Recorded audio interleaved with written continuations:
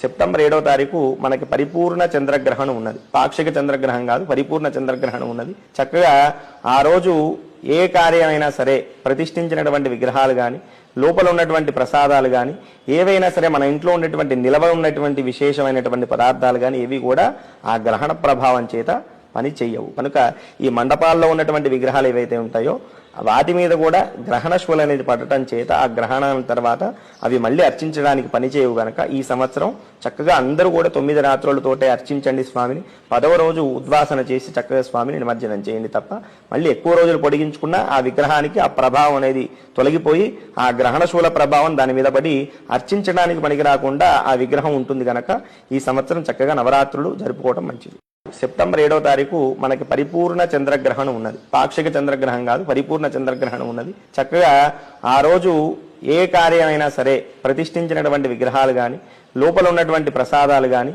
ఏవైనా సరే మన ఇంట్లో ఉన్నటువంటి నిలవ ఉన్నటువంటి విశేషమైనటువంటి పదార్థాలు కానీ ఏవి కూడా ఆ గ్రహణ ప్రభావం చేత పని చెయ్యవు. కనుక ఈ మండపాల్లో ఉన్నటువంటి విగ్రహాలు ఏవైతే ఉంటాయో వాటి మీద కూడా గ్రహణ శూల అనేది పడటం చేత ఆ గ్రహణం తర్వాత అవి మళ్ళీ అర్చించడానికి పనిచేయవు గనక ఈ సంవత్సరం చక్కగా అందరూ కూడా 9 రాత్రులతోటే అర్చించండి స్వామిని. 10వ రోజు ఉద్వాసన చేసి చక్కగా స్వామిని నిమజ్జనం చేయండి తప్ప మళ్ళీ ఎక్కువ రోజులు పొడిగించుకున్న ఆ విగ్రహానికి ఆ ప్రభావం అనేది తొలగిపోయి ఆ గ్రహణ శూల ప్రభావం దాని మీద పడి అర్చించడానికి పనికి రాకుండా ఆ విగ్రహం ఉంటుంది గనక ఈ సంవత్సరం చక్కగా నవరాత్రులు జరుపుకోవడం మంచిది.